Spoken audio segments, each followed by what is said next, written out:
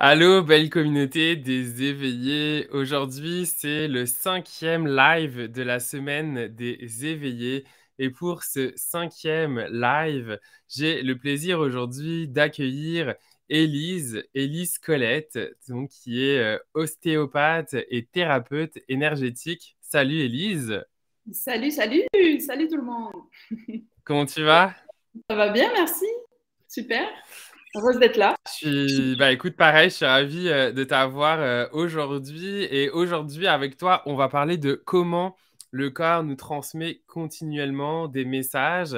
Alors, justement, je suis vraiment content de t'avoir parce que en tant qu'ostéopathe et thérapeute énergétique, ben, tu as quand même aujourd'hui, tu as combien d'années de pratique déjà aujourd'hui? Presque 15 ans. Presque 15 ans, donc en 15 ans, tu as dû en voir passer Oui. des patients, des clients.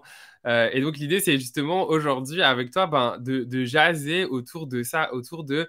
Puis c'est d'ailleurs, ça aussi la première question que j'ai envie de te poser, c'est comment justement le corps aujourd'hui est un peu d'une certaine manière le dernier rempart en fait pour nous passer des messages.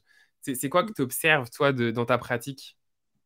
Alors, c'est vrai que souvent, quand on consulte parce qu'on a une douleur. On est arrivé à un état où le corps a tellement essayé de s'adapter à une situation ou à une émotion. En fait, il se rend au maximum et on se retrouve à avoir une douleur. Et on consulte souvent, à fortiori, pour une douleur qui se manifeste dans le corps physique. Parfois, ça peut être aussi parce qu'on a un inconfort. C'est pas obligé que ça aille jusqu'à la douleur, mais souvent c'est l'inconfort qui génère le rendez-vous. Et il se trouve que voilà, les personnes consultent aussi quand ils ont un état émotionnel. Donc ça, on va le voir que effectivement, on peut venir consulter parce qu'on a des émotions et donc des réactions dans le corps suite à des émotions fortes ou des traumatismes parfois aussi. Donc c'est surtout l'interface du corps est là pour manifester un inconfort ou une douleur qui est supportable ou moins supportable parce qu'elle cherche à se libérer, elle cherche à guérir en fait. Ouais. Donc finalement, en fait, elle cherche à venir attirer l'attention, finalement la conscience de la Exact. personne, en fait, d'une certaine Oui. manière.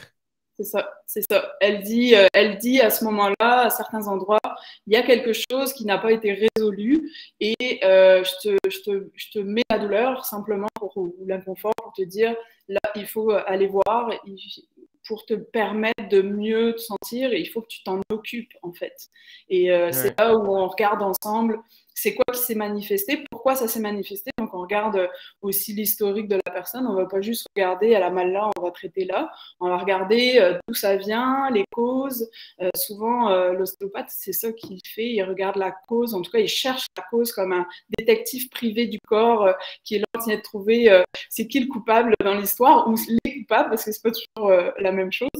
Mais c'est ça. C'est souvent une enquête un petit peu de OK, il s'est passé quoi dans l'historique pour trouver, pour remonter finalement le fil des symptômes ou des douleurs et inconforts que ça a généré. Ouais. Puis l'idée, c'est de venir aussi, finalement, s'éveiller, puis selon Oui. l'événement, c'est les éveiller. Mais en tout cas, s'éveiller pour, à un moment donné, prendre conscience que une douleur, ça, c'est pas forcément lié Négatif. à un événement, non, mais aussi physique qui s'est passé, genre, par exemple, Oui. tu vois, genre, on va prendre cet exemple tantôt, là, mais tu vois, je me tords la cheville, bon, bah, j'ai une douleur, bah, je me suis tordu la cheville. Après, on peut aller chercher la cause de pourquoi je me suis tordu la cheville, mais des fois, on peut avoir des douleurs sans qu'il y ait eu quelque chose de physique qui s'est passé. Mais Exactement. c'est là que c'est intéressant parce qu'il peut y avoir d'autres choses, et dont tu parlais peut-être des choses comme plus émotionnelles. Exactement. C'est sûr que quand tu as un trauma, tu t'es tordu la cheville sur le trottoir, ben oui, il y a un fait, mais après, il y a tout un historique derrière. La personne, elle n'était pas présente à elle-même à ce moment-là, elle regardait pas, elle était perdue dans ses pensées.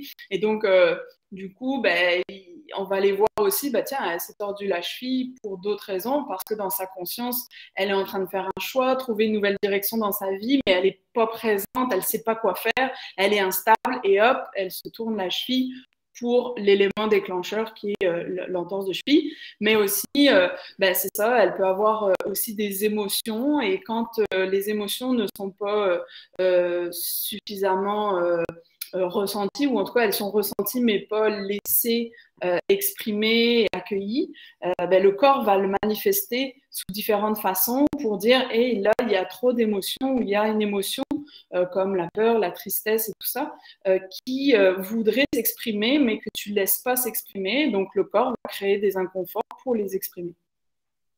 Ouais. Et comment on est capable justement de pouvoir travailler sur ça? Comment on est capable en fait de pouvoir à un moment donné venir le conscientiser par exemple? Mais ça peut être justement, toutes les thérapeutiques peuvent aider à prendre conscience de leur corps. C'est sûr que qu'on soit ostéopathe ou massothérapeute, c'est bien de venir consulter juste pour prendre conscience qu'il se passe quelque chose. Souvent, les clients, ils me disent moi, j'ai pas de problème digestif. Puis dès qu'on commence à mettre les mains dans la zone digestive, ah tiens, en fait, si, il y a ça, parce qu'on n'en est pas conscient. Et la grande chose, c'est que dès qu'on touche le corps, en fait, on a tout de suite une conscience qui arrive de là où on est en train de travailler. C'est automatique dans le corps. Dès qu'on touche, la personne, elle a cette capacité à dire en fait, oui, il y a ça qui remonte, telle émotion que j'ai vécue. Parfois, ça vient juste dérouler et consulter. Donc, ça, c'est consulter pour travailler ça. On peut aussi, à travers des techniques comme la méditation, le yoga, venir observer nos inconforts, venir rentrer en contact avec ça.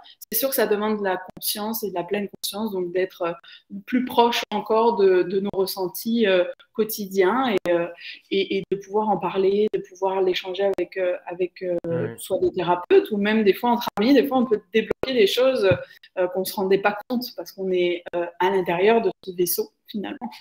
Ouais. C'est intéressant parce que en fait, au fil des différentes discussions qu'on a dans le cadre de l'événement, il y a beaucoup ce thème finalement qui revient, qui est d'être dans le ressenti en fait, de revenir en fait finalement au corps. Puis là, on le voit aussi là avec toi que revenir au corps dans ses ressentis, c'est déjà un premier outil en fait pour justement Exactement. venir dans la première étape, conscientiser ce qui est là. Oui, puis c'est une fois qu'on a le ressenti, ce qui est bien, c'est de pouvoir l'exprimer. Parfois, on n'arrive pas à l'exprimer. Puis, si on arrive à l'exprimer, des fois, c'est fou, mais le corps le lâche dans le corps. Ça se libère dans le corps, des fois, juste par OK, j'en parle avec quelqu'un et déjà, la personne, elle se sent mieux naturellement parce qu'elle a mis des mots sur des mots, c'est le cas de le dire, MAUX sur MOT. Et en fait, ça, des fois, ça permet simplement de reconnaître les choses et de les verbaliser pour finalement les cheminer et les laisser s'exprimer. Ouais, vraiment.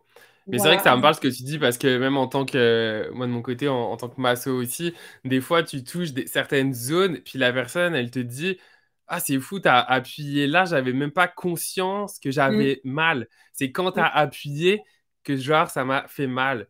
Et Exact. je crois ici qu'il y a une invitation aussi à dire, et j'aime beaucoup quand t'as dit, mais justement, des fois on n'a pas conscience, c'est-à-dire que notre cerveau, il est tellement puissant pour nous protéger qu'en fait, il peut faire en sorte qu'on ne ressente pas les mots qui sont pourtant présents.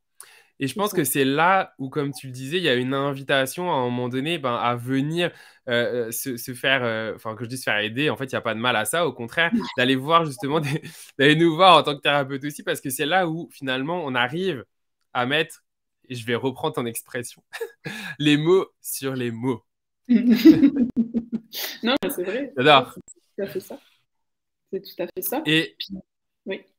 ouais, je voulais juste après basculer parce que du coup, toi, tu es aussi thérapeute énergétique. Alors, bon, moi, je peux en parler parce que du coup, je t'ai déjà rencontré aussi, moi, en tant que client. Fait que moi, ce que je trouve impressionnant, c'est aussi ta capacité finalement à, au-delà du mécanique, à ressentir comme des messages ou aider en fait à la conscientisation du corps. Oui, en fait, tout ça, ça passe par les mains finalement, parce que moi, à partir du moment où je suis je mets les mains sur un tissu, finalement, le corps, il y a différents niveaux en fait de conscience, comme il y a des corps énergétiques autour de nous. On n'est pas juste un corps physique de matière, je veux dire, on a des corps énergétiques autour de nous.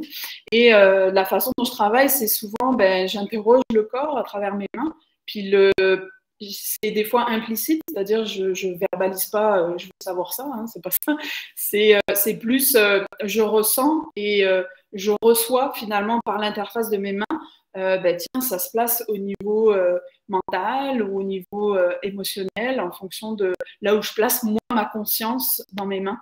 Et parfois, c'est vrai que plus la personne elle est dans l'ouverture et elle est dans l'accueil, plus les messages qu'elle a besoin d'avoir, moi je les reçois. Je suis un peu comme un capteur et un transmetteur à travers mes mains. C'est ça qui se passe. Puis je juge pas ce que je reçois, je le donne. Puis je vérifie toujours avec la personne.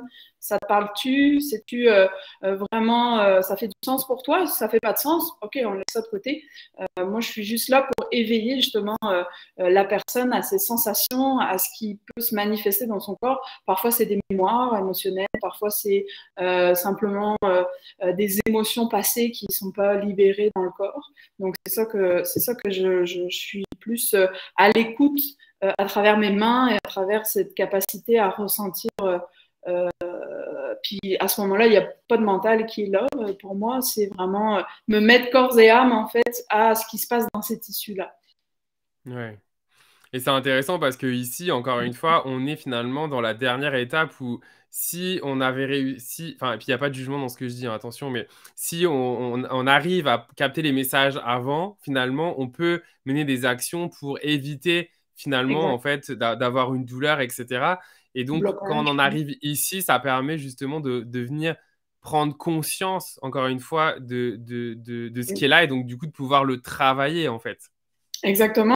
Et quand on y arrive, on n'a pas en fait on a moins finalement d'impact sur le corps. En tout cas, l'émotion ou le blocage a moins d'impact sur le corps. Mais quand on n'y arrive pas, ça permet ensemble de pouvoir dire ah ok, c'était Ouais, ça que j'ai vécu qui a impacté mon corps. Et du coup, ouais, on devient à la fois libéré et conscient aussi pour ne ouais, pas répéter les mêmes choses, parce que le but, c'est ouais. justement de s'éveiller et d'être encore plus, au fur et à mesure, à l'écoute de ce qu'on vit.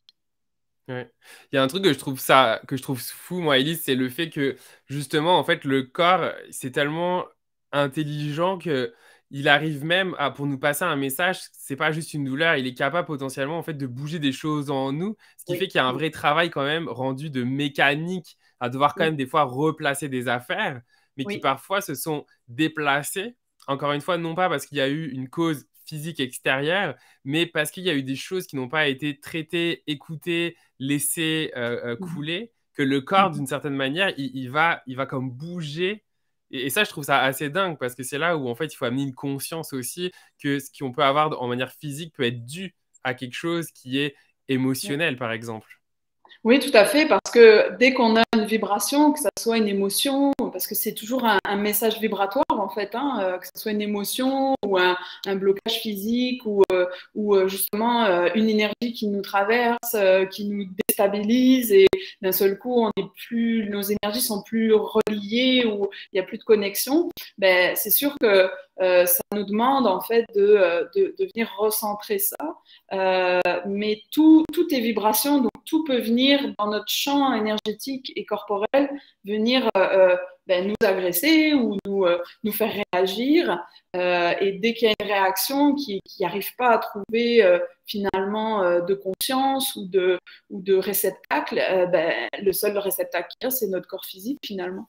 Donc Ouais. c'est intéressant de voir que ça peut agir sur d'autres niveaux, pas juste j'ai eu un choc direct sur mon corps physique, mais aussi quelque chose qui nous traverse, quelqu'un qui nous dit quelque chose, une peur d'un coup qui nous prend, une ancienne mémoire qui ressurgit parce qu'on a dit un mot, parce qu'elle était juste là derrière, prête à être libérée. Ça peut se manifester tous les jours à n'importe quel moment. Alors, plus on est à l'écoute de notre corps, plus on est à l'écoute de nos sensations et plus on est capable d'accueillir ça, parce qu'il n'y a pas juste « oh, faut que je m'écoute » ou « faut que j'écoute mon émotion ». Il faut surtout accepter de l'accueillir et dire que ça a sa raison d'être, puis on a le droit d'avoir des émotions ou de ressentir une vibration, quelle qu'elle soit. Complètement. Voilà. Et je pense que ce qui est important aussi, c'est que même si tu répares, entre guillemets, la partie physique, aide les gens à prendre conscience, est-ce qu'il y a une dimension aussi du fait que ça ne suffit pas dans le sens où la personne doit aussi prendre sa responsabilité, se prendre en charge Exact. suite à la séance pour faire son travail? Parce que j'imagine que, ok, tu peux fixer, réparer, aider la personne à prendre conscience, mais si ensuite elle met pas les actes qu'il faut, finalement, dans un mois, elle revient te voir parce qu'à nouveau, elle va être comme tout... Oui. Ben, Il y souvent, c'est aura pour à ça nouveau du qu'on travail. regarde c'est pour ça qu'ensemble, on regarde les tenants et aboutissants aussi. C'est qu'est-ce qui s'est passé, comment elle peut le gérer. Des fois, je lui donne des outils, des exercices ou simplement des outils de prise de conscience qui, simplement, des fois, de lui expliquer, ça lui permet en fait, de ne pas repartir vers les mêmes schémas. Des fois, c'est juste la posture au travail. Des fois, ça peut être la façon d'appréhender ou de communiquer avec l'autre. Est-ce que je peux trouver une autre façon de communiquer pour ne pas être sans arrêt dans la réaction? Puis on regarde les outils, d'autres outils comme les blessures de l'âme, comme des outils de pleine conscience aussi, revenir dans le moment présent. Il y a plein de façons en fait d'approcher ça pour que effectivement le but ce n'est pas de recréer la même chose le mois d'après, sinon il n'y a pas d'évolution. On dit toujours qu'il faut apporter une étape de plus pour croître, sinon on répète sans arrêt les mêmes choses. Donc j'essaie d'apporter justement la touche supplémentaire. Des fois c'est un tout petit pas, des fois c'est beaucoup plus important dans l'échange. Voilà, moi j'échange énormément avec la clientèle, j'essaie vraiment de toujours écouter le besoin du moment et d'être présent sur ce pourquoi elle vient. Puis souvent, elle est consciente de quelque chose, qu'elle vient pour telle ou telle chose. Ouais. Puis des fois, il y a autre chose derrière qu'on regarde ensemble. Fait que finalement, en fait, si tu avais un outil finalement vraiment à recommander, de ce que je retiens, c'est finalement, en fait, vraiment être dans la conscience, enfin, travailler le ressenti, la conscience. Parce qu'après, les autres outils, ça va finalement un peu dépendre de qu'est-ce qui est là pour la personne, qu'est-ce qu'il a à travailler. Mais mettons que de base, ça serait ça. La présence à soi, revenir le plus souvent en connexion avec soi, on le fait au cours des soins, puis de l'aider dans son quotidien à trouver des moments aussi pour revenir à elle. Donc, moi, je regarde vraiment aussi comment se passe dans le quotidien pour savoir peut-être que ça, tu peux peut-être le changer et voir te trouver une solution pour être beaucoup plus là et du coup être plus dans la vigilance finalement de qu'est-ce qui se passe à l'intérieur de moi quand je discute avec cette personne ou quand j'ai quelqu'un qui me parle puis j'ai une émotion qui vient, d'être de plus en plus conscient de ce véhicule et surtout ça se passe dans les sensations. Quand tu as la peur, tu as ton rythme cardiaque qui augmente, tu as ton système nerveux qui s'emballe. Quand tu es triste, tu te sens un petit peu plus diminué. Tu as des phénomènes physiques qui te permettent d'observer justement tes émotions. C'est sûr que quand tu as la colère, tu n'es pas en train d'être à moitié assoupi, quoi. Tu es quand même vigilant, tu as une espèce d'énervement, il y a quelque chose qui monte, des fois on devient rouge de colère, on se met à trembler parce qu'on est pris par cette émotion. Donc là, je parle des grosses émotions, mais parfois c'est plus subtil. Mais je les aide en tout cas à observer ça. Des fois, c'est pendant la séance. Les émotions sortent pendant la séance. Ouais. Ça leur permet de dire, tiens, moi, mon émotion qui est la colère, je la vis comme ça. Et plus on repère finalement les sensations, pour toi, la colère elle va être très différente de moi. Puis du moment que tu connais comment toi, tu vis la colère, ça te permet de mieux savoir à quel moment tu es vraiment en colère. Ouais. Et donc, du coup, d'accueillir ça et pas te dire, qu'est-ce qui m'arrive, mais justement de l'accueillir et de pouvoir dire, OK, c'est correct d'avoir de la colère, c'est des besoins non assouvis, j'ai besoin de me concentrer que il y a quelque chose qui demande Ouais. à être observé.